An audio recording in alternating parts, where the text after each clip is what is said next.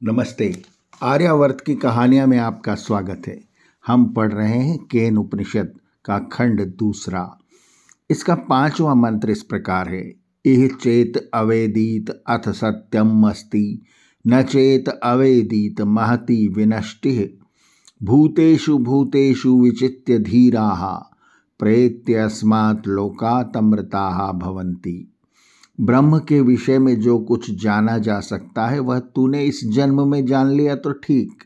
इह चेत अवेदित अथ सत्यम अस्ति, न जाना तो महानाश का सामना करना होगा। न चेत अवेदित महति विनष्टिः। धीर लोग संसार के एक एक भूत, एक एक पदार्थ, जड़ चेतन पर गहन चिंतन करके इसी परिणाम पर पहुँचते हैं कि मूल पदार्थ वही है। भूतेषु भूतेषु विचित्य धीराः। जड़ जगत में हम क्या देखते हैं? पृथ्वी, जल, अग्नि, वायु, आकाश, क्या इनका कोई अंत है? पृथ्वी के अनंत रूप हैं।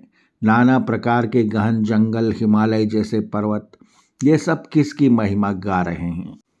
सूर्य, चंद्र, तारे, अग्नि के अनगिनत पुंज, आसमान में अनंत काल से भ्रमण कर रहे ग्रह उपग्रह, ये सब किसकी महिमा गा रहे हैं? वायु को किसने देखा है? परंतु यह न दिखने वाला वायु किसने नहीं देखा? न दिखते हुए भी दिखने वाला वायु किसकी महिमा गा रहा है?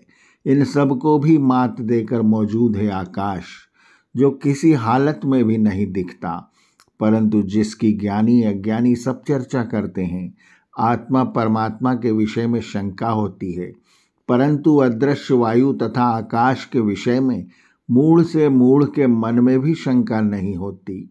जड़ जगत के अलावा चेतन जगत पे चिंतन करें तो भी आश्चर्य का ठिकाना नहीं रहता। प्राणी का यह शरीर संसार का सबसे बड़ी जीवित जागृत चमत्कार है। किस प्रकार एक एक अणु मात्र बिंदु में कीट पतंग की, पशु पक्षी की, मनुष्य की सारी रचना समेट कर रख दी गई है। उस बिंदु में भविष्य में प्रकट होने वाला न्यूटन और आइंस्टाइन का दिमाग रख दिया गया है। इस सब से किसकी महिमा का गान हो रहा है? इस जीवन में जिन्होंने यह जान लिया कि ब्रह्म ही सत्य है, यह जगत स्वयं में कुछ नहीं, उसी की तरफ लक्ष्य करता है, उसी की महिमा गा रहा है, तब ऐसे मनुष्य इस लोक में मरकर भी नहीं मरते, वे अमृत हो जाते हैं। प्रेत्यस्मात् लोकात् अमृताः भवन्ति। संसार के बड़े बड़े विचारक सदा से यही कहते आए हैं कि सृष्टि इतनी विलक्षण है, इतनी विशाल है कि मानवीय बुद्धि की पकड़ में नहीं आ सकती।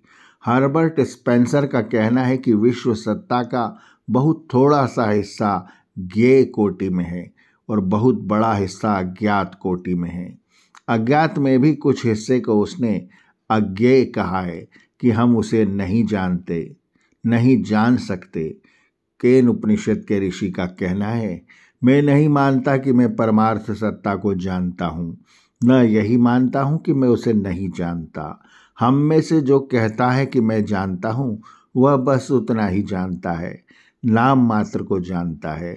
इसलिए यही कहना उचित है कि मैं जानता भी हूँ, नहीं भी जानता।